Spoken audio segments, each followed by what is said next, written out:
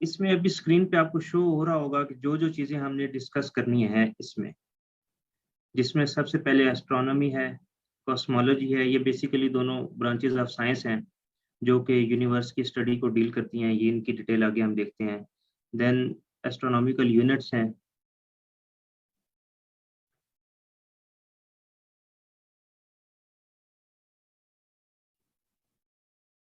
Astronomical units. Then हम देखेंगे universe क्या है, कैसे बनी, क्यों बनी, क्या प्रोसेस हुए, ओरिजिन ऑफ यूनिवर्स। ये वही बात है कि ओरिजिन ऑफ यूनिवर्स कैसे हुआ, कहाँ से स्टार्ट हुई। देन यूनिवर्स के अंदर गैलेक्सीज होती हैं, वो देखेंगे हम। गैलेक्सीज के अंदर सोलर सिस्टम होते हैं, वो देखेंगे। उसके अलावा प्लैनेट्स क्या होते हैं, उन चीज़ों को देखेंगे। प्लैनेट्स में आगे मून्स क्या चीज़ें होती हैं, वो देखेंगे। Asteroids, meteoroids, comets, stars, difference between star and planets, structure and composition of sun, solar eclipse and lunar eclipse. ये सारी चीजें जो यूनिवर्स में पाई जाती हैं, उन वो सारी चीजों को आज हमने स्टडी करना है, जिसका नाम है constituent and structure of universe. ठीक है जी। अब हमने इनको वन बाय वन लेके चलना है कि एक एक चीज को डिटेल में देखना है। इसमें से कुछ ऐसी चीजें हैं जो हम आज डिटेल में देख लेंगे, कुछ नेक्स्ट लेक्चर में देखेंगे। अच्छा जी, सबसे पहले आती हैं आपकी इंपॉर्टेंट डेफिनेशंस। इंपॉर्टेंट डेफिनेशंस में दोनों ये हैं, एस्ट्रोनॉमी एंड कॉस्मोलॉजी। ये दोनों इंपॉर्टेंट डेफिनेशंस हैं, या ये भी कह सकते हैं कि ये दोनों ब्रांचेस ऑफ साइंस हैं। जिस तरह आपकी केमिस्ट्री एक ब्रांच ऑफ साइंस है, फिजिक्स एक ब्रांच ऑफ साइंस है, बायोलॉजी एक ब्रांच ऑफ साइंस है, बिल्कुल इसी तरह एस्ट्रोनॉमी एंड कॉस्मोलॉजी ये दोनों भी ब्रांचेस ऑफ साइंस हैं। अब एस्ट्रोनॉमी क्या है? Astronomy is the science that investigates all matter and energy in the universe। ठीक है। अब ऐसी ब्रांच ऑफ साइंस जो कि यूनिवर्स के अंदर जितना मैटर है उसको स्टडी करना, जितनी एनर्जी है उसको स्टडी करना, कहाँ पे? In the universe. ठीक है। यूनिवर्स के अंदर जितना मैटर पाया जाता है, जितनी एनर्जी पाई जाती है, उस चीज को स्टडी करना एस्ट्रोनॉमी कहलाता है। ठीक है जी। अब मैटर क्या है? अब सवाल पैदा होता है कि मैटर क्या है, एनर्जी क्या है। बच्चों याद रखो, कोई भी चीज जो यूनिवर्स में एग्जिस्ट करती है उसको मैटर कहते हैं। मीन कि जिसका कुछ ना कुछ मैस हो, जिसका कुछ ना कुछ मैस होगा उसको क्या कहेंगे? मैटर। और एनर्जी, एनर्जी के डिफरेंट फॉर्म्स हैं। कोई भी एनर्जी हो सकती है। जिस तरह आपको पता है कि किसी भी टाइप का कोई मैटर एग्जिस्ट करता है, उससे हम एनर्जी ले सकते हैं। ठीक है। ये आइंस्टाइन की एक थ्योरी भी है कि जो मैस है उसको एनर्जी में कन्वर्ट किया जा सकता है और एनर्जी को मैस में कन्वर्ट किया जा सकता है। बिल्कुल इसी तरह जहाँ पे मैटर एग्जिस्ट कर रहा है तो मैटर से एनर्जी भी ली जा सकती है। तो जितना मैटर यूनिवर्स में एग्जिस्ट करता है, जितनी टाइप्स ऑफ एनर्जी या जितनी भी किस्म की एनर्जी यूनिवर्स में होती हैं, उनको क्या कहते हैं जी? उनकी स्टडी को क्या कहते हैं? एस्ट्रोनॉमी। अब नासा एक इंटरनेशनल एजेंसी है जो कि यूनिवर्स की स्टडी, यूनिवर्स के अंदर जितनी भी रिसर्च होती है, जितनी भी चीज़ें फाइंड की जाती हैं, उन चीज़ों को नासा डील करती है, इंटरनेशनल एजेंसी है।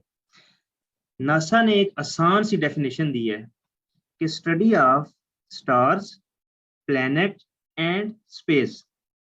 अब देखें, नासा ने जो डेफिनेशन दी है उसमें उसने तीन चीज़ें स्पेसिफाई कर दी हैं कि study of plants, sorry, stars, planets and space. ठीक है जी। अब देखें कि स्टार और प्लैनेट्स, इनकी स्टडी एस्ट्रोनॉमी कहलाती है। और स्टार्स और प्लैनेट्स में क्या है? मैटर और एनर्जी है। डेफिनेशन बिल्कुल सेम है, सिर्फ वर्डिंग का थोड़ा सा डिफरेंस आ गया है कि स्टार और प्लैनेट्स भी बेसिकली एनर्जी ही है। और स्पेस की बात करें तो यूनिवर्स में जितनी भी स्पेस है उसके अंदर जो चीज एग्जिस्ट करती है वो उन चीजों की स्टडी को एस्ट्रोनॉमी कहते हैं।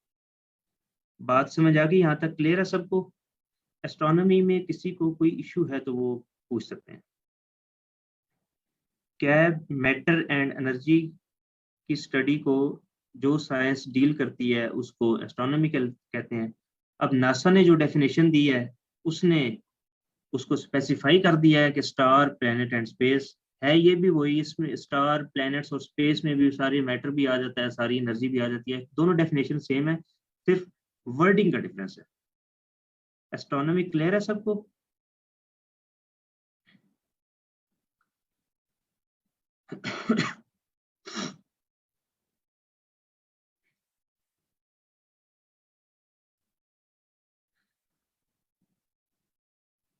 अच्छा जी, नेक्स्ट हमने देखना है अब कॉस्मोलॉजी क्या होती है।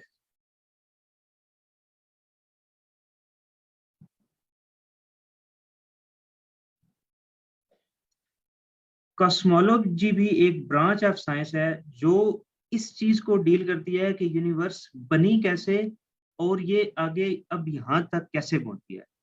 ठीक है, ये आपकी ऐसी ब्रांच ऑफ साइंस जो कि यूनिवर्स की ओरिजिन को डील करे, उस ओरिजिन की स्टडी, मीन के यूनिवर्स कैसे स्टार्ट हुई, कौन सा ऐसा प्रोसेस हुआ था जिससे यूनिवर्स स्टार्ट हो गई थी, इसने एग्जिस्ट करना कब से शुरू किया था, कैसे कैसे इसने एग्जिस्ट करना स्टार्ट किया, आहिस्ता आहिस्ता इसमें कैसे चेंजेस आई, वो चेंजेस अब यहाँ तक पहुंच गई हैं और आगे क्या क्या मजीद चेंजेस आने के चांसेस हैं। यानी ओरिजिन और एवोल्यूशन, ओरिजिन कैसे हुआ और एवोल्यूशन कैसे हुआ, इन दोनों चीजों की स्टडी को जो ब्रांच ऑफ साइंस डील करती है उसको क्या कहते हैं? कॉस्मोलॉजी। बात समझ आ गई? Astronomy and cosmology. एस्ट्रोनॉमी क्या है कि यूनिवर्स के अंदर जितना मैटर या जितनी एनर्जी है उस चीज की स्टडी को एस्ट्रोनॉमी कहते हैं। कॉस्मोलॉजी क्या है कि वो मैटर एंड एनर्जी आया कहाँ से, उसमें चेंजेस कहाँ से आ गई हैं, ये इन चीजों की स्टडी को कॉस्मोलॉजी कहते हैं। क्लियर है सबको?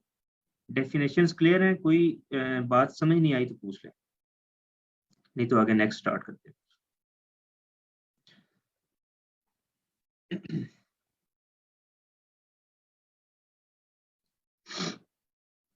अच्छा जी, नेक्स्ट है बच्चों एस्ट्रोनॉमिकल सिस्टम्स ऑफ यूनिट्स। कि अब एस्ट्रोनॉमी जब साइंटिस्ट पढ़ते हैं या जो इन चीज़ों को डील करते हैं, वो इनको पढ़ने के लिए कुछ ना कुछ सिस्टम ऑफ यूनिट यूज करते हैं जिनको एस्ट्रोनॉमिकल यूनिट्स कहा जाता है। ठीक है, अब देखें, फर्ज करें ये आपकी बड़ी सी यूनिवर्स है। ठीक है, इस यूनिवर्स के अंदर एक डॉट के बराबर, पिन बॉल के बराबर आपकी अर्थ है। ठीक है, अब अर्थ पे आप जो यूनिट्स यूज कर रहे हैं, लाइक आप लेंथ मेजर करने के लिए मीटर यूज करते हैं। ठीक है जी, मैस मेजर करने के लिए किलोग्राम यूज करते हैं। उसके अलावा टाइम मेजर करने के लिए जो स्टैंडर्ड यूनिट यूज की जाती है वो सेकंड होती है। ठीक है, अब इस टिनी बॉल पे जो यूनिट्स यूज हो रही हैं वो ये केजी, मीटर और सेकंड है। क्योंकि ये बहुत छोटा सा बॉल है एज कंपेयर टू यूनिवर्स, तो यहाँ पे तो ये यूनिट्स यूज की जा सकती हैं।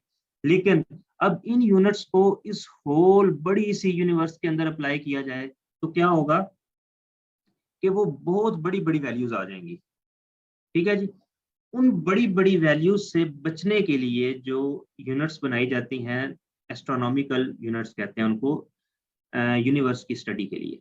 उसमें अब देखें, वैसे जमीन पे जो हम टाइम की यूनिट यूज करते हैं वो क्या होती है? Second. Astronomical units of time क्या है? डे। ठीक है, एस्ट्रोनॉमिकल यूनिट्स क्या है? डे। अब एक दिन के अंदर वो कहता है इतने सेकंड्स होते हैं, 86,400, और 364.25 डेज हो तो 1 ईयर बनता है। ठीक है, अब देखें कि अगर 1 ईयर में हम नंबर ऑफ सेकंड्स निकालें तो वो काफी बड़ी वैल्यू बन जाएगी। इसी तरह 86,6400 अगर ये स्टैंडर्ड यूनिट हम जमीन वाला लें जो हम अर्थ पे यूज करते हैं, तो ये बहुत बड़ी वैल्यू है 86,400। इसको जब आप मजीद आगे ईयर्स में कन्वर्ट करेंगे तो ये काफी ज्यादा वैल्यू बन जाएगी। उस चीज से बचने के लिए इन एस्ट्रोनॉमिकल यूनिट्स बेसिकली बड़ी यूनिट्स होती हैं। जिस तरह ये सेकंड एक छोटी यूनिट है, डे बड़ी यूनिट है। बात समझ आ गई। टाइम को मेजर करने के लिए जो एस्ट्रोनॉमिकल यूनिट है वो है डे। ठीक है, अब देखें ना कि जब आप अर्थ को छोड़ें, अर्थ के अलावा जब पूरी यूनिवर्स की आप बड़ी बड़ी सी कैलकुलेशन करेंगे, इस बॉल पे तो सेकंड यूज किया जा सकता है, जब पूरी यूनिवर्स पे बड़ी बड़ी कैलकुलेशंस होंगी तो वो वैल्यूज बहुत बड़ी आ जाती हैं। उन बहुत बड़ी वैल्यूज से बचने के लिए बेसिकली अलग से सिस्टम ऑफ यूनिट बनाया गया है जिसको एस्ट्रोनॉमिकल यूनिट कहते हैं। अब टाइम की क्या है, डे। मैस की क्या है, सोलर मैस।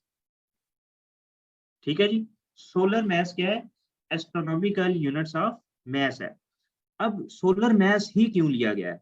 अब देखें कि जमीन में सॉरी यूनिवर्स में देखें बड़ी बड़ी सी गैलेक्सीज हैं, बड़े बड़े से स्टार्स हैं, प्लैनेट्स भी जमीन से बड़े बड़े हैं। तो सन का मैस इसलिए लिया गया है कि एक रेफरेंस हमारे पास है। सोलर मैस क्या है, हमारे पास रेफरेंस है। जब हम किसी सोलर, हमारा सन क्या है कि एक स्टार है, सन से बड़े भी स्टार एग्जिस्ट करते हैं, सन से छोटे भी स्टार एग्जिस्ट करते हैं यूनिवर्स में। तो इसको रेफरेंस क्यों बनाया गया है कि जब भी किसी स्टार का, किसी प्लेनेट का या किसी भी हेवनली बॉडी का मैस हम फाइंड करेंगे तो वो अर्थ की निस्बत बहुत ज्यादा वैल्यू हो सकती है। अब अर्थ का मैस 6 × 10⁻24 होता है, ये भी काफी ह्यूज वैल्यू है। आपने 9th क्लास में पढ़ा होगा, अभी भी सिलेबस में है कि 6 × 10⁻24 ये अर्थ का मैस है। अब क्या है कि उन्होंने सन का मैस इसलिए रेफरेंस बना लिया कि जब हम बड़े बड़े प्लैनेट्स का मैस मेजर करें तो हम कह दें जी कि ये 1/4 ऑफ सन मैस, सन के मैस से कंपेयर करें तो उससे 1/4 है, या 2 टाइम्स ऑफ मैस ऑफ सन है। इसलिए इसको एक रेफरेंस बना लिया। मैस का यूनिट क्या होगा, solar mass, astronomical units. Then अब आ जाते हैं लेंथ पे। लेंथ को मेजर करने के लिए एस्ट्रोनॉमिकल यूनिट एक मेजरिंग यूनिट है, उसको यूज किया जाता है, जो कि इतने मीटर्स के इक्वल है 149,597,870,700। एक एस्ट्रोनॉमिकल यूनिट जो है वो इतने मीटर्स के बराबर है। ठीक है, एक एस्ट्रोनॉमिकल यूनिट इतने मीटर्स के बराबर है। और ये क्या है, डिस्टेंस बिटवीन अर्थ एंड सन। सन और अर्थ के दरमियान में जितना डिस्टेंस है वो इतने मीटर के बराबर है, और ये एक एस्ट्रोनॉमिकल यूनिट के बराबर है। बात समझ आ गई? यानी आप कह सकते हैं कि सॉरी इधर आपको बता देता हूँ, 1 astronomical unit is equal to, वो जो बड़ी सी वैल्यू दी हुई है जी, 14957 सो ऑन जो भी दी हुई है, एक एस्ट्रोनॉमिकल यूनिट इतने मीटर्स के इक्वल है। ठीक है जी, अब ये इतना डिस्टेंस है बिटवीन सन एंड अर्थ। ठीक हो गया, यानी ये अगर आपका सन है, फर्ज करें इसके इर्द गिर्द ये आपकी अर्थ रिवॉल्व कर रही है, ये आपकी अर्थ कह देते हैं, ये इसका ऑर्बिट है जिसके अंदर वो रिवॉल्व कर रही है। तो इन दोनों के दरमियान जो डिस्टेंस है वो इतने मीटर्स के इक्वल है, जो कि 1 एस्ट्रोनॉमिकल यूनिट के इक्वल है। समझ आ गया यहाँ तक? टाइम, मैस और लेंथ में यहाँ तक किसी को कोई प्रॉब्लम है, कोई इशू है तो वो पूछ सकते हैं। उसके बाद हम आगे चलते हैं, लाइट ईयर आपको बताता हूँ।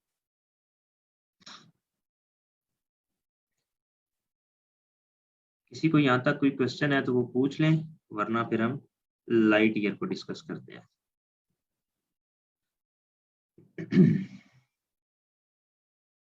आई थिंक किसी का कोई क्वेश्चन नहीं है। ठीक है जी, लाइट ईयर देखते हैं। जिस तरह एस्ट्रोनॉमिकल यूनिट जो है वो एक लेंथ को मेजर करने के लिए यूज किया जाता है एस्ट्रोनॉमी में, इसी तरह लाइट ईयर भी एक यूनिट ऑफ डिस्टेंस है या लेंथ को मेजर करने के लिए यूज किया जाता है। लाइट ईयर क्या है, distance travelled by light in 1 year. ठीक है, distance travelled by light in 1 year is called light year. ये भी डिस्टेंस को मेजर करने के लिए है, लेंथ को मेजर करने के लिए यूनिट है। समझ आ गई है सबको? एस्ट्रोनॉमिकल यूनिट्स में कोई मसला है तो वो पूछ लें, वरना फिर आगे चलते हैं। यूनिवर्स कैसे बनी, क्या हुआ, कौन कौन सी चीजें इवैल्यूएट हुई। Astronomical systems of unit. Clear है सबको? दोबारा रिपीट कर रहा हूँ, एक दफा दोबारा सुन लीजिएगा कि तीन चीजें हैं basically, time, mass and length. Time की जो स्टैंडर्ड यूनिट हम अर्थ पे यूज करते हैं वो होती हैं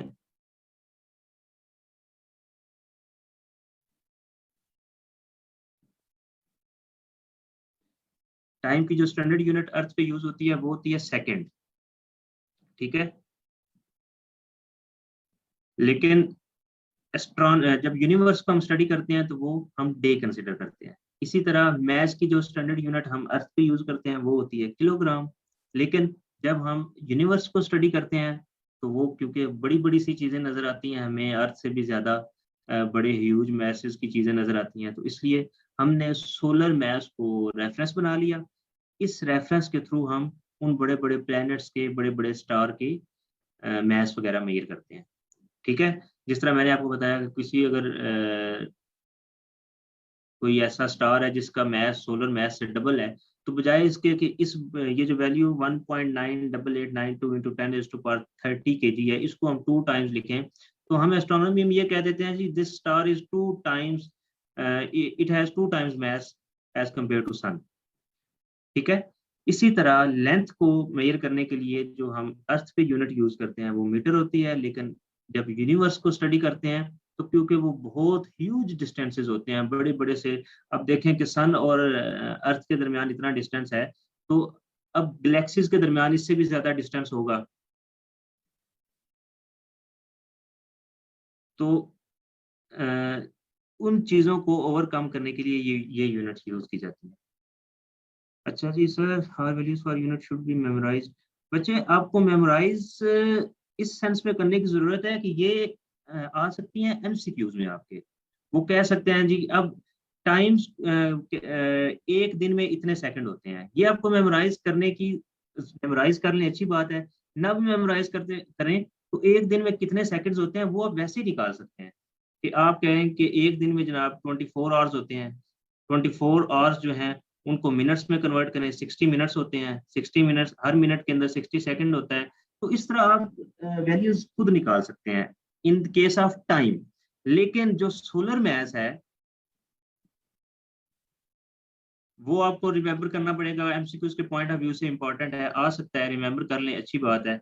उसके अलावा एक एस्ट्रोनॉमिकल यूनिट कितने मीटर्स की इक्वल होती है ये आपको पता होना चाहिए एमसीक्यूज के पॉइंट ऑफ व्यू से। सब्जेक्टिव में ये क्वेश्चन आमतौर पे नहीं पूछे जाते। ठीक है जी, नेक्स्ट हम देखते हैं जी यूनिवर्स एंड इट्स कॉन्स्टिट्यूएंट्स। अब हमने देखना है जी यूनिवर्स क्या चीज है।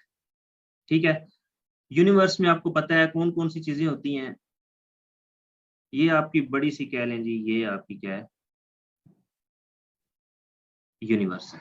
ठीक है, ये बड़ा सा जो बॉल मैंने बनाया है ये यूनिवर्स है। अब यूनिवर्स, इस यूनिवर्स के अंदर जो कुछ भी पाया जाता है वो क्या है, सारा कुछ इसमें इंक्लूडेड है। वो कहता है sum of total of all matter and energy including planets, यानी जितने भी प्लैनेट्स यूनिवर्स में एग्जिस्ट करते हैं,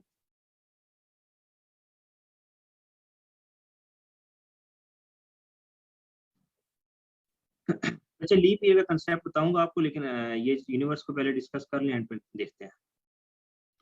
अच्छा, यूनिवर्स में अब total matter including planets, star, galaxies and content of intergalactic space. अब देखें यूनिवर्स में क्या है, थाउजेंड्स ऑफ गैलेक्सीज हैं, ये आप फर्ज करें एक गैलेक्सी कंसिडर करते हैं तो थाउजेंड्स ऑफ गैलेक्सीज हैं। ठीक है, देन आप कहते हैं जी थाउजेंड्स ऑफ स्टार्स हैं, थाउजेंड्स ऑफ प्लैनेट्स हैं।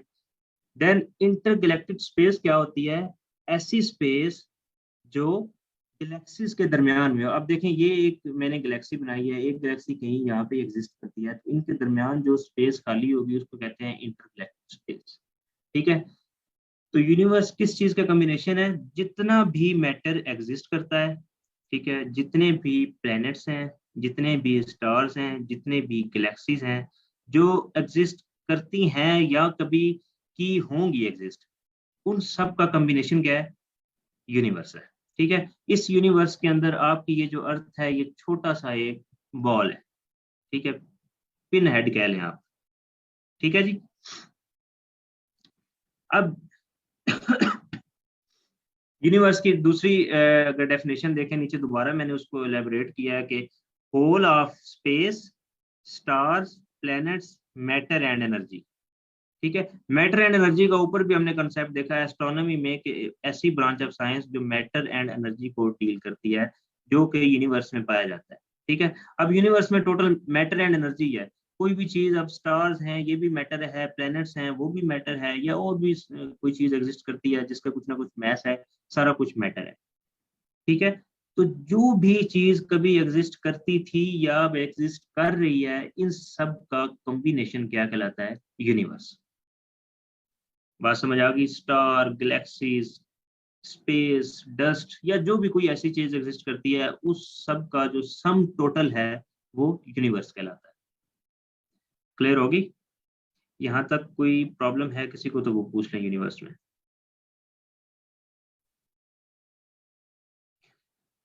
अच्छा जी, अब यूनिवर्स में हमने देख लिया कि बड़ी बड़ी सी चीजें आती हैं, स्टार्स हैं, गैलेक्सीज हैं, प्लैनेट्स हैं, वगैरह वगैरह जो भी। अब हमने देखना है कि ये चीजें आई कैसे थी। बच्चे टाइप्स ऑफ गैलेक्सीज आगे देखते हैं, आगे आपको नजर आ जाएगा। अब देखें कि हमने देखना है कि ये चीजें बनी कैसे थी, ओरिजिन कैसे हुआ था, प्लेनेट कैसे बन गए, स्टार कैसे बन गए, उसके अलावा अ, ये चीजें पहले कभी एग्जिस्ट करती थी या कैसे इन्होंने एग्जिस्ट करना शुरू किया। उस चीज को हमने देखना है कि ओरिजिन ऑफ यूनिवर्स कैसे हुआ। उसके लिए आप सबने नाम सुना होगा बिग बैंग थ्योरी। ठीक है, बिग बैंग थ्योरी जो कि जॉर्ज लेमार्टे ने प्रपोज की थी 1927 में। उसने कहा कि यूनिवर्स आज से 15 टू 20 बिलियन ईयर अगो वजूद में आई, एक कैटाक्लिज्मिक एक्सप्लोजन की वजह से। ठीक है, बिग बैंग थ्योरी जो कि एक जॉर्ज लेमार्टे ने 1927 में प्रपोज की, उसने कहा कि यूनिवर्स ने आज से 15 to 20 billion years ago exist करना शुरू किया। और ये कैसे एग्जिस्ट करना शुरू किया? Due as a result of this cataclysmic explosion. ठीक है जी। अब वो एक्सप्लोजन कैसे हुआ वो देखना है हमने कि एक्सप्लोजन हुआ कैसे, फिर उससे बड़ी बड़ी सी ये गैलेक्सीज, यूनिवर्स कैसे बन गई, ये चीजें अब हमें देखनी है। ये चीज यहाँ तक आपने याद रखना है बिग बैंग थ्योरी में कि ये 1927 में प्रपोज की गई थी। इसके अकॉर्डिंगली यूनिवर्स आज से 15 से 20 साल पुरानी है। आज से 15 से 20 साल पहले वजूद में आई, एक धमाके की वजह से। बहुत बड़ा एक्सप्लोजन हुआ। ठीक है, होल नॉक। अच्छा, अब वो एक्सप्लोजन कैसे हुआ वो हमने देखना है। आपके जो एस्ट्रोनॉमर हैं वो कहते हैं जी, आज से अगर 13.8 बिलियन ईयर बैकवर्ड जाया जाए, तो अब तक जितनी भी यूनिवर्स एग्जिस्ट करती है वो एक बबल के अंदर थी। सारी यूनिवर्स किसके अंदर हुई थी? बबल के अंदर। ये छोटा सा बबल था जिसका एक पिन हेड जो है उससे भी 1000 टाइम्स स्मॉलर मैच था। इस बबल के अंदर पूरी यूनिवर्स ये पाई जाती थी आज से 13.8 बिलियन ईयर पहले, according to big bang theory. इस प्रोसेस को कहते हैं सिंगुलैरिटी। ठीक है, यूनिवर्स आज से एस्ट्रोनॉमर्स का बिलीव है कि 13.8 बिलियन ईयर अगो हमारी यूनिवर्स जो आज सारी आपको नजर आती है, जिसमें गैलेक्सीज हैं, स्टार्स हैं, प्लैनेट्स हैं, ये सारी एक छोटे से बबल के अंदर थी। ठीक है, जो कि जिसकी डेंसिटी एंड टेम्परेचर इतना ज्यादा हाई था कि हम इमेजिन भी नहीं कर सकते। ठीक है, ये सारी चीजें जिस बबल के अंदर थी उसकी डेंसिटी और टेम्परेचर इतना हाई था जो कि बियॉन्ड ओवर इमेजिनेशन है। वो कहते हैं जी वो उस बबल में एक्सप्लोजन हुआ। ठीक है, ये छोटा सा जो बबल है इसमें धमाका हुआ। ठीक है, जब ये धमाका हुआ धमाके के रिजल्ट में फिर आपकी बड़ी बड़ी सी गैलेक्सीज बन गई, स्टार्स बन गए, एटम बन गए, उसके अलावा प्लैनेट्स बन गए with the passage of time. According to the process of singularity, जब वो एक्सप्लोजन हुआ था, उस एक्सप्लोजन के बाद यूनिवर्स ने फौरन एक्सपैंड करना शुरू कर दिया, और वो एक्सपैंड बहुत ज्यादा तेजी से एट फास्टेस्ट स्पीड उन्होंने एक्सपैंड करना शुरू कर दिया। अब याद रखें, जब भी कोई चीज एक्सपैंड करती है तो उसका टेम्परेचर हमेशा कूल डाउन होता है, ठीक है। आमतौर पे ये कंसेप्ट हमने गैसेस में लेते हैं कि जब भी गैसेस एक्सपैंड करती हैं तो उनका टेम्परेचर डाउन होता है, ठीक है। इसी तरह जब यूनिवर्स ने एक्सपैंड करना शुरू किया तो इसका टेम्परेचर डाउन होना शुरू हो गया। जब टेम्परेचर डाउन हुआ तो तब इस यूनिवर्स के अंदर मैटर और एंटी मैटर पार्टिकल बनना शुरू हो गए। मैटर का आपको पता है कि कोई भी ऐसी चीज जिसका कोई ना कोई मैस होता है, एंटी मैटर जो उसके करीब लाए तो उसको खत्म कर दे या जो उसको डिस्ट्रॉय कर दे, उसको एंटी मैटर कहते हैं। तो मैटर और एंटी मैटर जब बनना शुरू हो गए तो उसमें से मैक्सिमम ने तो आपस में एक दूसरे को डिस्ट्रॉय कर दिया।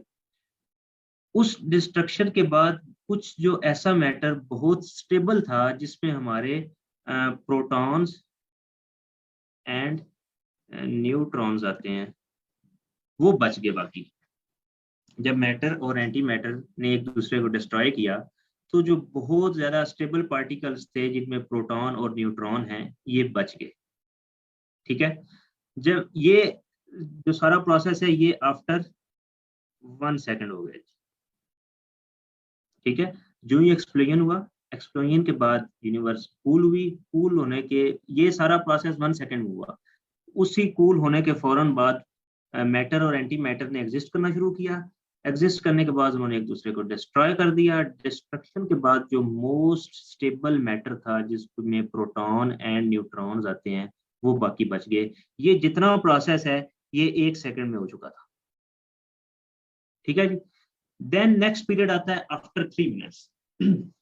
3 मिनट्स के बाद क्या हुआ? अब जब बिग बैंग एक्सप्लोजन हुआ तो यूनिवर्स तो कंटिन्यूसली बड़ी तेजी से एक्सपैंड करना शुरू हो गई।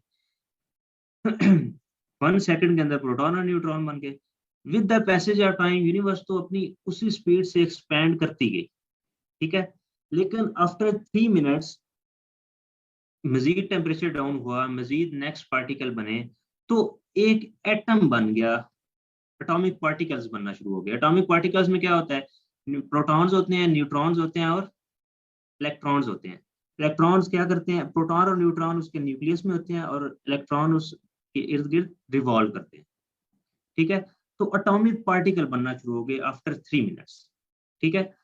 अब with the passage of time वो एटॉमिक पार्टिकल्स वही आगे चीजें एक्सपैंड होती गई, उनमें फर्दर चेंजेस आती गई, जिसके रिजल्ट में आज ये गैलेक्सीज भी बन गई, स्टार्स भी बन गए, प्लैनेट्स भी बन गए, स्पेस भी बन गई। उसके अलावा स्टार प्लैनेट्स के अलावा और डिफरेंट जो रॉकी ऑब्जेक्ट्स होती हैं, आईसी ऑब्जेक्ट्स होती हैं स्पेस में, वो सारी as a result of this with the passage of time बनती गई। जो कि अभी तक यूनिवर्स एक्सपैंड हो रही है, इसमें मजीद नई नई चीजें साइंटिस्ट को नजर आ रही हैं, ठीक है जी। सिंगुलैरिटी क्लियर है सबको? कोई प्रॉब्लम, कोई इशू, कोई क्वेश्चन है तो वो पूछ रहे हैं।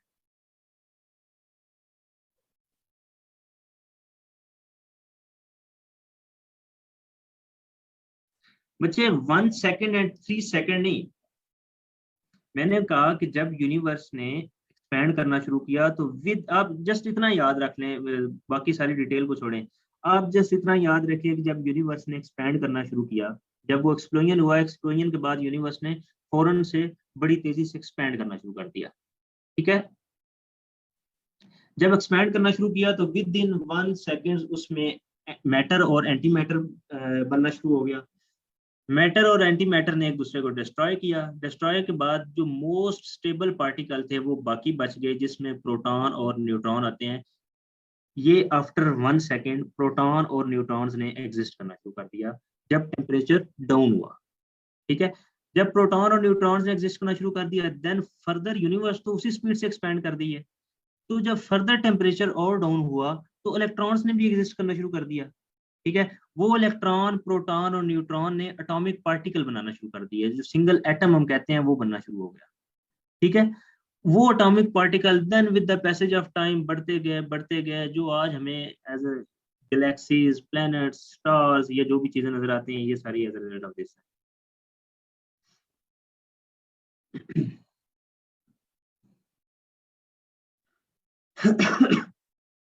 अच्छा जी, नेक्स्ट है एविडेंस ऑफ बिग बैंग।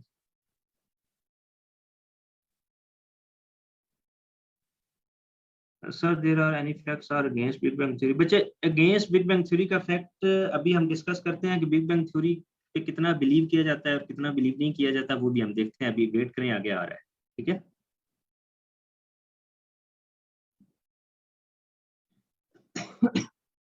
अभी हमने देखना है red shift and blue shift.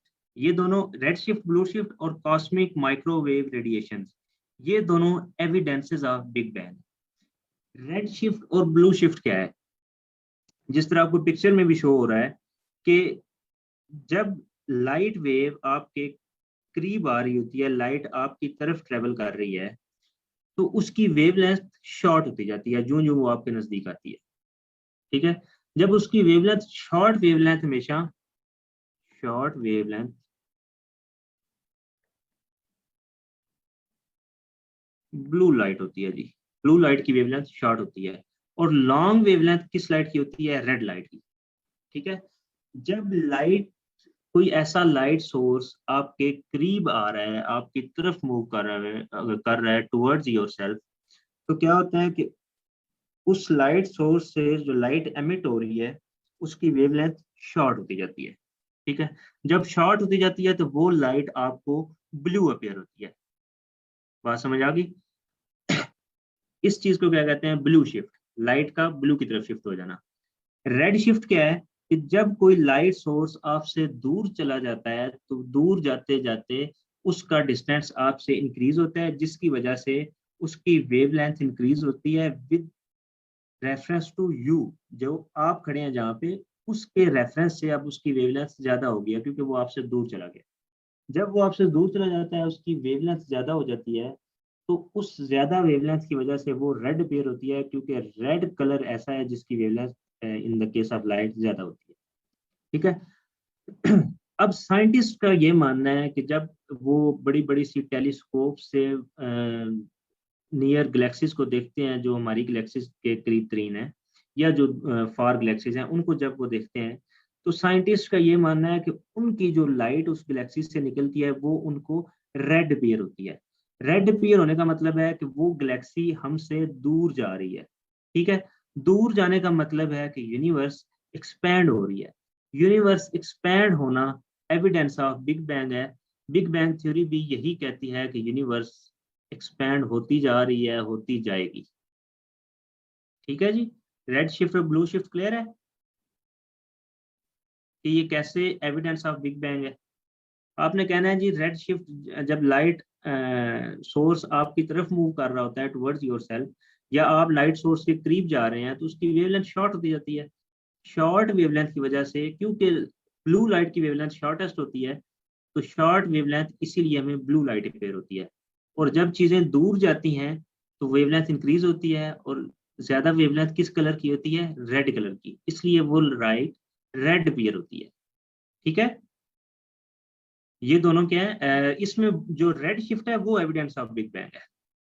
ठीक है जी।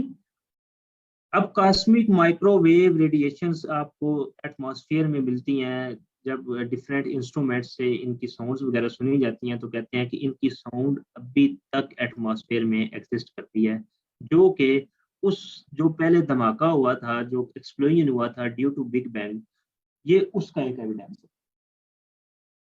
ठीक है। क्लियर है सबको? यहाँ तक कोई प्रॉब्लम है तो पूछ लें। Red shift, blue shift, cosmic microwave radiations, इन दोनों में, ये दोनों क्या है? एविडेंस ऑफ बिग बैंग है।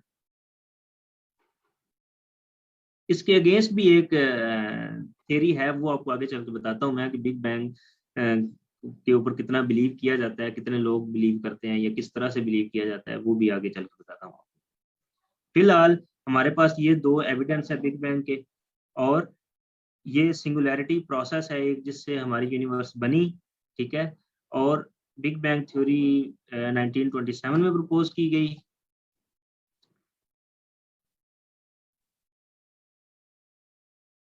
बच्चे कॉस्मिक वेव्स इसकी ऐसे एविडेंस हैं कि अब जब जो कॉस्मिक वेव्स डिटेक्टर्स होते हैं उनसे एटमॉस्फेयर में जब आप देखते हैं ना कि डिटेक्ट करते हैं इनको डिटेक्टर से, तो इनकी एक साउंड सुनाई देती है आपको एटमॉस्फेयर में। ठीक है, वो साउंड साइंटिस्ट का ये मानना है कि वो साउंड उस बिग बैंग एक्सप्लोजन के रिजल्ट में अभी तक सुनाई दे रही है, इसलिए ये एक एविडेंस ऑफ बिग बैंग है। ठीक है जी।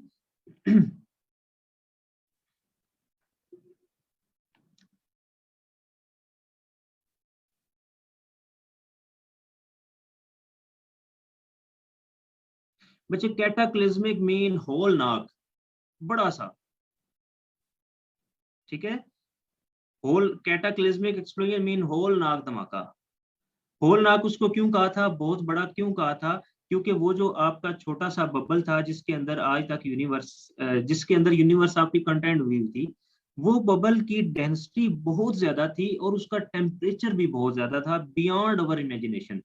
ठीक है, इसलिए वो जो धमाका हुआ उसको होलनाक कहा जाता है। और दूसरा क्यों उसको होलनाक कहा जाता है, क्योंकि ये दो एविडेंस हमें मिलते हैं कि अभी तक भी उसके एविडेंस हमारे पास हैं, रेड शिफ्ट और कॉस्मिक माइक्रोवेव रेडिएशन, इसलिए उसको इस तरह के वर्डिंग उसके साथ यूज की जाती है कि वो एक होलनाक धमाका था। ठीक है जी, नेक्स्ट अभी हमने देखना है कि अब यूनिवर्स से अब डिसेंडिंग ऑर्डर में हमने चलना है टुवर्ड्स बड़े से छोटे की तरफ। कि सबसे पहले हमारी क्या है, यूनिवर्स। ये देखें जी, ये आपकी बड़ी सी है यूनिवर्स।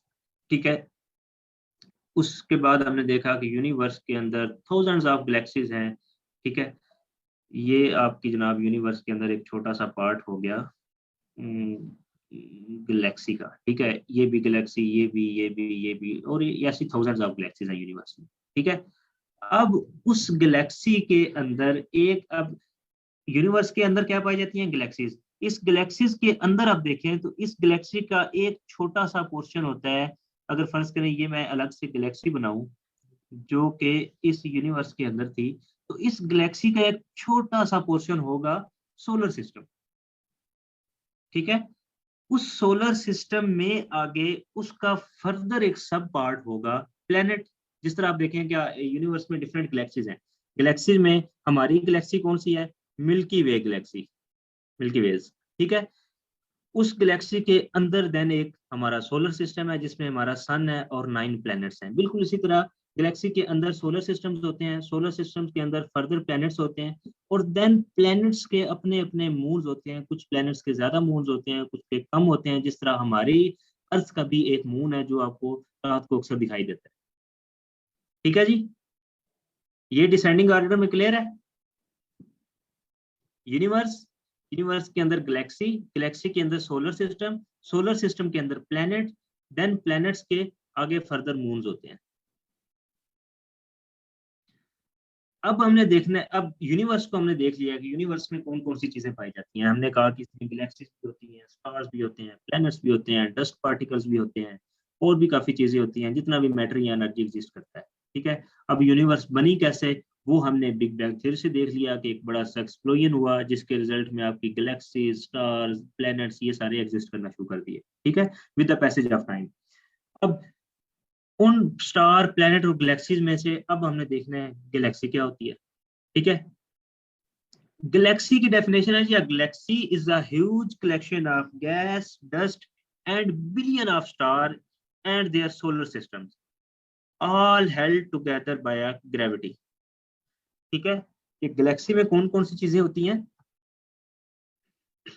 कलेक्शन ऑफ गैस है, डस्ट है, बिलियंस ऑफ स्टार्स हैं, सोलर सिस्टम्स हैं, प्लैनेट्स भी इसमें आप इंक्लूड कर सकते हैं।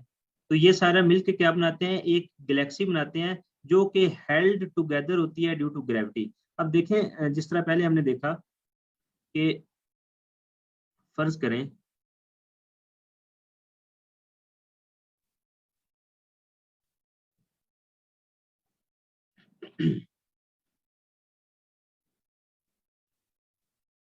ये आपकी थी जी, 1 सेकेंड, यूनिवर्स। यूनिवर्स के अंदर सी थाउजेंड्स ऑफ गैलेक्सीज। अब ये भी सपोज कर लें एक गैलेक्सी है, एक गैलेक्सी आपकी ये है और एक गैलेक्सी ये है। अब देखें इन गैलेक्सीज के आगे पार्ट हैं। अब इस गैलेक्सी के अंदर स्टार्स भी हैं, प्लैनेट्स भी हैं, डस्ट पार्टिकल्स भी हैं। इस गैलेक्सी के अंदर भी स्टार्स भी हैं, प्लैनेट भी हैं, डस्ट पार्टिकल भी हैं। ये नंबर 1 गैलेक्सी है, ये 2 है और ये 3 कह लें आप। अब इसके अंदर जो स्टार, प्लैनेट्स या जो भी डस्ट पार्टिकल्स इसके अंदर पाए जाते हैं, वो इस एरिया के अंदर क्यों पाए जाते हैं, इसी एरिया के अंदर, क्योंकि इस गैलेक्सी की कोई ना कोई अपनी ग्रेविटेशनल फोर्स है सेंटर में से, जो कि इन सब को इस पर्टिकुलर एरिया में हेल्ड किए हुए है। ठीक है, वरना इसके जो स्टार्स हैं वो मूव करते करते इधर भी जा सकते हैं, इसके स्टार मूव करते करते इधर भी आ सकते हैं, इसके इधर जा सकते हैं, कुछ भी हो सकता है। लेकिन ऐसा क्यों नहीं होता? क्योंकि ये जो इसके अपने पार्टिकल्स हैं, जिसमें डस्ट, स्टार, प्लैनेट्स या जो भी चीजें आती हैं, उन सब को इसके सेंटर में ग्रेविटेशनल फोर्स है, उसने हेल्ड किया हुआ है, तब जाके वो इसी एरिया के अंदर कन्फाइंड है। इसी तरह इस गैलेक्सी की भी अपनी कोई ग्रेविटेशनल फोर्स है, जिसने अपने पार्टिकल्स को एक स्पेसिफिक एरिया में हेल्ड किया हुआ है। इसी तरह इस गैलेक्सी की भी अपनी फोर्स है। ठीक है, और इनके दरमियान ये जो स्पेस पाई जाती है, इसको इंटरगैलेक्टिक स्पेस कहते हैं, जो कि ये भी यूनिवर्स का हिस्सा है। बात समझ आ गई? तो गैलेक्सीज में अब स्टार, प्लैनेट्स, डस्ट पार्टिकल या और भी जो चीजें हैं वो सारी मिलके एक गैलेक्सी बनाती हैं। वो क्यों गैलेक्सी बनाती हैं? क्योंकि गैलेक्सी की एक ग्रेविटेशनल फोर्स होती है सेंटर में, जिसकी वजह से वो सारी चीजें उसके अंदर हेल्ड की गई हैं एक पर्टिकुलर एरिया में इन द यूनिवर्स। अब गैलेक्सी की बात करें तो हमारी गैलेक्सी का नाम है मिल्की वेज। ठीक है, गैलेक्सी के अंदर नीचे डायग्राम में आपको पिक्चर में शो हो रहा होगा,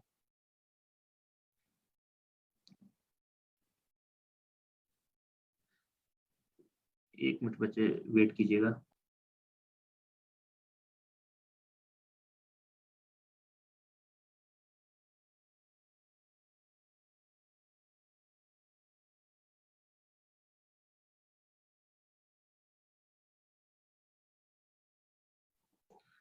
अच्छा जी, गैलेक्सी देख रहे थे हम कि गैलेक्सी में कौन कौन सी चीजें हैं। अब नीचे देखें पिक्चर में शो किया हुआ है, हमारी गैलेक्सी है मिल्की वेज। ठीक है, गैलेक्सी के अंदर आगे फर्दर एक पोर्शन है सोलर सिस्टम।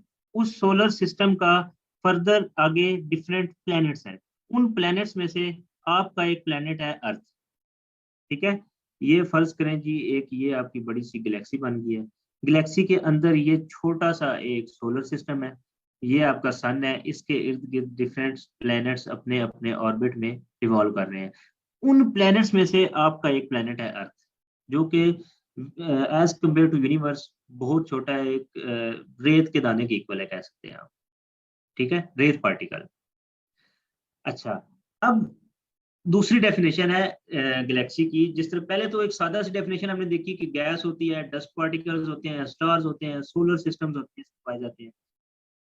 दूसरी डेफिनेशन है a massive aggregate of hundred of millions of star together with Interstellar gases and dust all held together by gravity. दोनों डेफिनेशन सेम है, सिर्फ थोड़ा सा वर्डिंग का डिफरेंस है कि स्टार्स एंड डस्ट पार्टिकल्स होते हैं, प्लैनेट्स होते हैं, इंटरस्टेलर गैसेस होती हैं जो कि स्टार्स के इर्द गिर्द होती हैं या प्लैनेट्स में के इर्द गिर्द होती हैं, या जो डिफरेंट प्लैनेट्स और स्टार उनके दरमियान में जो पाई जाती हैं। ठीक है, बाकी डस्ट पार्टिकल हैं, ये सारे held together by a gravitational force मिलके क्या बनाते हैं? गैलेक्सी। ठीक है, अब गैलेक्सी स्मॉल साइज की भी हो सकती हैं, बड़े साइज की भी हो सकती हैं। ठीक है, स्मॉलर साइज की गैलेक्सीज में फ्यू थाउजेंड्स ऑफ स्टार्स होते हैं, और जो बड़े साइज की गैलेक्सी हैं उनमें ट्रिलियंस ऑफ स्टार्स हो सकते हैं। ठीक है ये चीज याद रखनी है आप लोगों ने। अब है जी टाइप्स ऑफ गैलेक्सीज। पहले एक बच्चे ने गालिबन क्वेश्चन किया था कि टाइप्स ऑफ गैलेक्सीज बताएं, तो वो बच्चे अभी आ गया types of galaxies. Hubble classified the galaxies in 1924। बच्चे हबल एक साइंटिस्ट था जिसने गैलेक्सीज को 1924 में डिवाइड किया। हबल बेसिकली वही साइंटिस्ट है, हबल की वजह से ही आज यूनिवर्स में डिफरेंट रिसर्च हो रही है, क्योंकि जो यूनिवर्स की डिफरेंट इमेजेस वगैरह हमें मिलती हैं स्टार्स की, गैलेक्सीज की, वो हबल टेलीस्कोप की मदद से मिलती हैं, जो कि हबल ने बनाई थी। ठीक है, जिसका क्रेडिट हबल को जाता है। तो हबल ने ही गैलेक्सीज को डिवाइड किया है 3 टाइप्स में, जिसमें spiral Galaxy, elliptical Galaxy and irregular shape Galaxy. ठीक है, स्पाइरल गैलेक्सी नेम से जाहिर है कि स्पाइरल शेप में होगी। ठीक है, बीच में एक सेंटर होगा जो ग्रेविटेशनल फोर्स प्रोड्यूस करेगा अपने साइडों वाले पार्टिकल्स को एक पर्टिकुलर एरिया में हेल्ड करने के लिए। ठीक है, हमारी जो मिल्की वे गैलेक्सी है वो भी स्पाइरल गैलेक्सी की एक टाइप है। ठीक है जी, स्पाइरल शेप की गैलेक्सीज को क्या कहेंगे?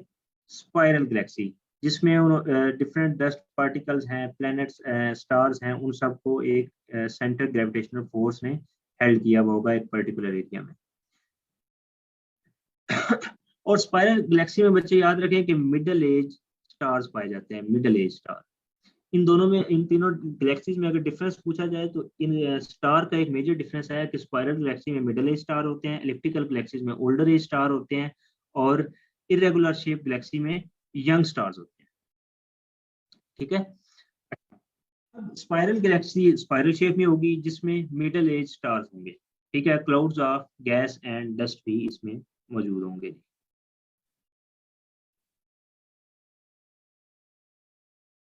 Clouds of gas and dust, middle age stars.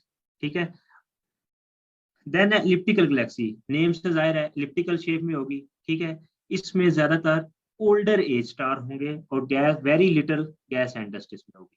ठीक है, उसके बाद है irregular shape Galaxy. Irregular shape Galaxy भी नाम से जाहिर है कि इसकी कोई प्रॉपर शेप नहीं होगी, ना तो आप इसको एलिप्टिकल कह सकते हैं, ना स्पाइरल कह सकते हैं, ना कोई और ऐसी शेप जो प्रॉपर बनती है उससे इसको रिलेट कर सकते हैं। इसमें जो इसकी कंपोजिशन है उसमें यंग स्टार्स होंगे, डस्ट एंड गैस होंगे। ठीक है, अब देखें तीनों गैलेक्सीज में जो मेन डिफरेंस है, तीनों में स्टार्स हैं, तीनों में डस्ट है, तीनों में गैस है। ठीक है, जो मेन डिफरेंस कहाँ पे आ रहा है कि जो स्पाइरल गैलेक्सी है उसमें मिडिल एज स्टार्स हैं, जो इलिप्टिकल गैलेक्सी है उसमें ओल्डर स्टार्स हैं, और जो इरेगुलर गैलेक्सी है उसमें यंग स्टार्स हैं। एक और कंसेप्ट बच्चे अक्सर लोग क्वेश्चन करते हैं, अक्सर लोग पूछते हैं, अक्सर लोगों के जहन में आता है कि जो इरेगुलर शेप गैलेक्सीज हैं, क्योंकि इनमें यंग स्टार्स होते हैं, तो उनकी जब एज ज्यादा हो जाए या with the passage of time वो क्या इलिप्टिकल गैलेक्सी में कन्वर्ट हो सकते हैं या वो स्पाइरल गैलेक्सी में कन्वर्ट हो सकते हैं। तो बच्चे इसके 2-3 कंसेप्ट हैं। एक कंसेप्ट तो ये है कि हाँ जी हो सकते हैं convert with the passage of time. ठीक है, कि जब स्टार्स की एज बड़ी होगी, क्योंकि वो गैलेक्सी के अंदर भी नई नई चीजें फिर एक्सप्लोर होती हैं, तो उसकी वजह से उसकी ग्रेविटेशनल फोर्सेस में चेंजेस आती हैं, उन चेंजेस की वजह से एक टाइप की गैलेक्सी दूसरे टाइप की गैलेक्सी में कन्वर्ट हो जाती है। दूसरा कंसेप्ट है ये है कि जी नहीं होते। क्यों नहीं होते? क्योंकि स्टार्स की जो एजेस हैं वो कंपैरिजन से चल रही हैं। अब फर्ज करें कि मिडिल एज स्टार को हम किधर गया जी, मिडिल एज स्टार को हम रेफरेंस बना लें, तो ये जो यंगर स्टार है उस मिडिल एज स्टार से इसने यंगर स्टार ही रहना है, जो ओल्डर स्टार है उसने मिडिल एज स्टार से ओल्डर ही रहना है। ठीक है, तो इस कंसेप्ट के मुताबिक ये चेंज नहीं होती, ये ऐसे ही चलती हैं। एक और चीज इसमें कंसेप्ट लिया जा सकता है कि with the passage of time, क्योंकि यूनिवर्स में मुसलसल चेंजेस आ रही हैं, उन चेंजेस की वजह से कुछ पुरानी गैलेक्सीज में भी डिस्ट्रॉय हो जाएं। ठीक है, कुछ नई गैलेक्सीज बने, उनके रिलेटेडली फिर डिपेंडिंग अपॉन देयर कंपोजिशन उनके अंदर किस तरह के स्टार्स पाए जाते हैं, किस तरह की गैसेज और डस्ट पाए जाते हैं, उस लिहाज से उनकी उस टाइप में डिवाइड किया जा सकता है। ये देखें नीचे, अब गैलेक्सी को एक पिक्चर में शो किया है मैंने। सिस्टम ऑफ मिलियन और billion of star held together by gravitational attraction between gas and dust. ठीक है, वो ग्रेविटेशनल अट्रैक्शन बेसिकली सेंटर से प्रोड्यूस हो रही होती है, जिसने साइडों वाले, अब फर्ज करें ये स्पाइरल गैलेक्सी है, इसके सेंटर में यहाँ पे कोई ग्रेविटेशनल फोर्स होगी, उसने इस जितने पार्टिकल जिसके इर्द गिर्द है सबको एक पर्टिकुलर एरिया में हेल्ड किया हुआ है ड्यू टू दैट फोर्स। ठीक है जी, यहाँ तक क्लियर है सबको?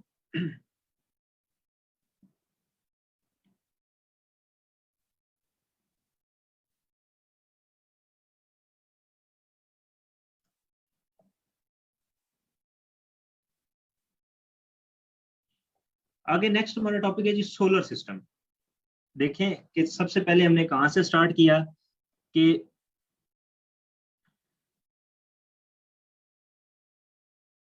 ब्रांचेस ऑफ साइंस जो कि यूनिवर्स की स्टडी को डील करती हैं वो देखी।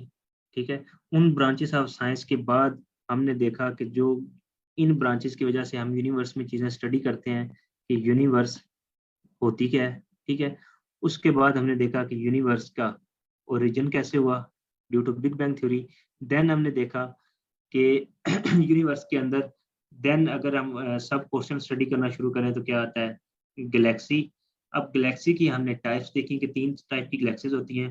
गैलेक्सी के अंदर अब फर्दर पोर्शन है सोलर सिस्टम, जो कि अभी हम स्टडी करने जा रहे हैं। ठीक है जी।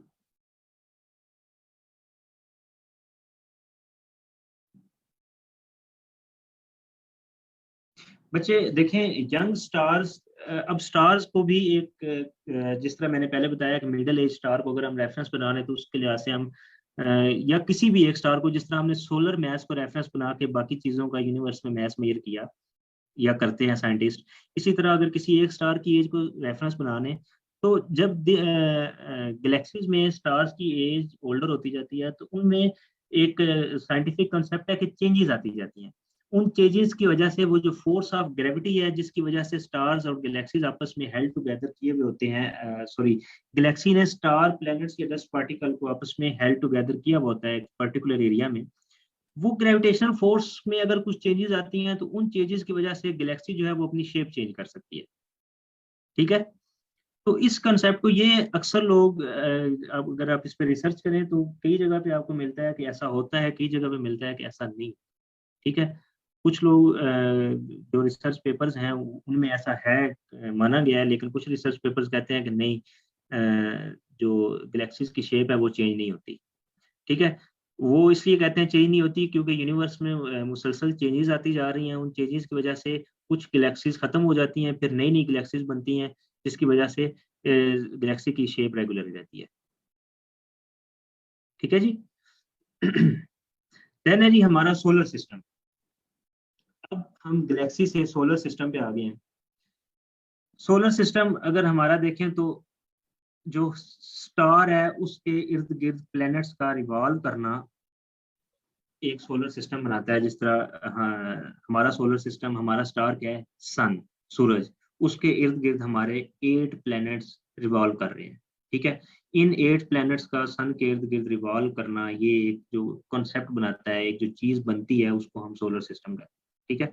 Collection of 8 planets and their moon in orbit round the sun together with small bodies in the form of asteroids. अभी मुझे ये जो नई डेफिनेशन आ रही है ना, एस्ट्रॉइड्स, मेट्रॉइड्स, कॉमेट्स, ये भी आगे चल के हमने देखनी है कि ये क्या होती हैं। अभी तक ये तो हमने देख लिया है कि यूनिवर्स में गैलेक्सीज होती हैं, स्टार्स होते हैं, उसके अलावा डस्ट पार्टिकल्स होते हैं, प्लैनेट्स होते हैं। लेकिन ये एस्ट्रॉइड्स, मेटेरॉइड्स और कॉमेट्स, ये भी कोई चीजें होती हैं, इनको भी आगे जाके हमने देखना है कि ये कैसे होती हैं। ठीक है। अब हमने सिर्फ यहाँ पे सोलर सिस्टम की डेफिनेशन को देखा कि इसमें प्लैनेट्स होते हैं, प्लैनेट्स के moon around a star orbit करते हैं, जो कि मिलके एक जो सिस्टम बनाते हैं उसको सोलर सिस्टम कहते हैं। उस सोलर सिस्टम में इन प्लैनेट्स, मून्स के या स्मॉलर, इन प्लैनेट्स और मून्स के अलावा भी कुछ स्मॉलर बॉडीज हो सकती हैं जिनको एस्ट्रॉइड्स, मेट्रॉइड्स हैं, कॉमेट्स कहा जाता है। अगर हम अपने सोलर सिस्टम की बात करें तो उसमें 8 प्लैनेट्स हैं हमारे, जिसमें mercury, Venus, earth, Mars, Jupiter, Saturn, Uranus and Neptune आते हैं। ठीक है जी। ये आप सबको पता ही होगा पहले से कि सोलर सिस्टम क्या होता है, कि जो प्लैनेट्स होते हैं वो एक स्टार के इर्द गिर्द रिवॉल्व करते हैं। In case of our solar system, sun हमारा जो है वो स्टार है, और प्लैनेट्स हमारे ये मरकरी, वीनस, अर्थ वगैरह, ये उसके इर्द गिर्द रिवॉल्व करते हैं। ठीक है जी। ये मैंने पिक्चर में शो किया है कि ये आपका स्टार है, सन, ये देखें जी, ये आपका स्टार है, सन पूरा बना हुआ है, इसके इर्द गिर्द ये अपने अपने ऑर्बिट में डिफरेंट प्लैनेट्स रिवॉल्व कर रहे हैं, और ये आपका उसमें से एक अर्थ है जिसमें लाइफ पॉसिबल है, हम लोग रह रहे हैं। ठीक है जी। अब हमने देखना है कि मिल्की वे गैलेक्सी में हमने देखा कि हमारा एक तो सोलर सिस्टम आता है मिल्की वे गैलेक्सी में। ठीक है। अब मिल्की वे गैलेक्सी की कंपोजिशन क्या है, क्या क्या चीजें हैं इसमें। ठीक है। मिल्की वे गैलेक्सी की अगर हम कंपोजिशन पढ़ें, क्या क्या चीजें इसमें पाई जाती हैं, क्या क्या प्रॉपर्टीज हैं इसकी, वो देखते हैं। सबसे पहली मिल्की वे गैलेक्सी की प्रॉपर्टी है जी कि ये स्पाइरल गैलेक्सी है। ठीक है, मिल्की वे गैलेक्सी स्पाइरल गैलेक्सी है। ठीक है, ये कब बनी? अराउंड 14 बिलियन ईयर को। ठीक है, उसके बाद इसका डायामीटर जो है वो 1 लाख लाइट ईयर के बराबर है। अब देखें, एक लाइट ईयर किसके बराबर था, ऊपर हमने पढ़ा, दोबारा देखते हैं जी।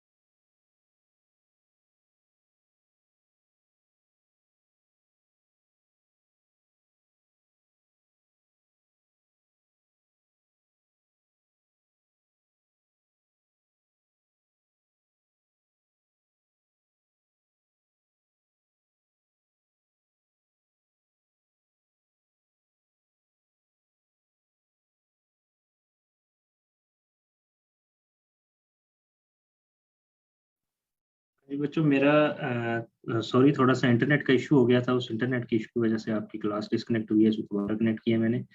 तो कॉम्पोजिशन ऑफ मिल्की वेज हम पढ़ रहे थे। आवाज आ रही है सबको?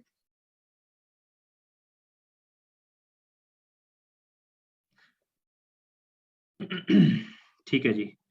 तो कंपोजिशन ऑफ मिल्की वेज पढ़ रहे थे हम कि इसमें अब सबसे पहले इसकी प्रॉपर्टी क्या है कि ये मिल्की एक स्पाइरल गैलेक्सी है।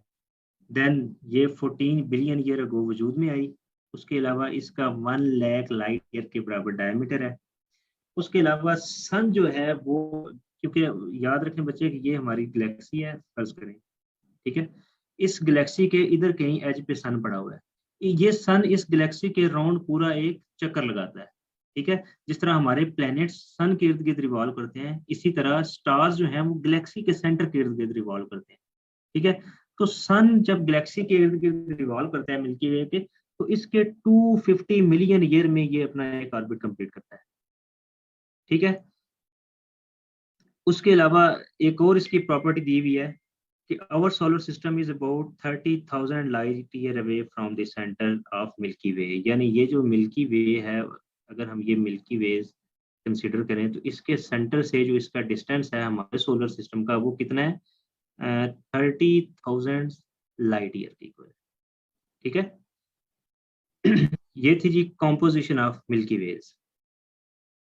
ये बच्चे सन और उसकी कॉम्पोजिशन, देन सन में कौन कौन सी चीजें होती हैं, फिजिकल फीचर्स ऑफ सन है, प्लैनेट्स क्या होते हैं, टाइप्स ऑफ प्लैनेट्स, उसके अलावा स्टार एंड प्लैनेट्स में डिफरेंस, देन एक्लिप्स क्या होता है, लूनर एंड सोलर एक्लिप्स क्या होता है, ये सारी चीजें इंशाल्लाह हम नेक्स्ट लेक्चर में डिस्कस करेंगे। आज के लिए इतना ही।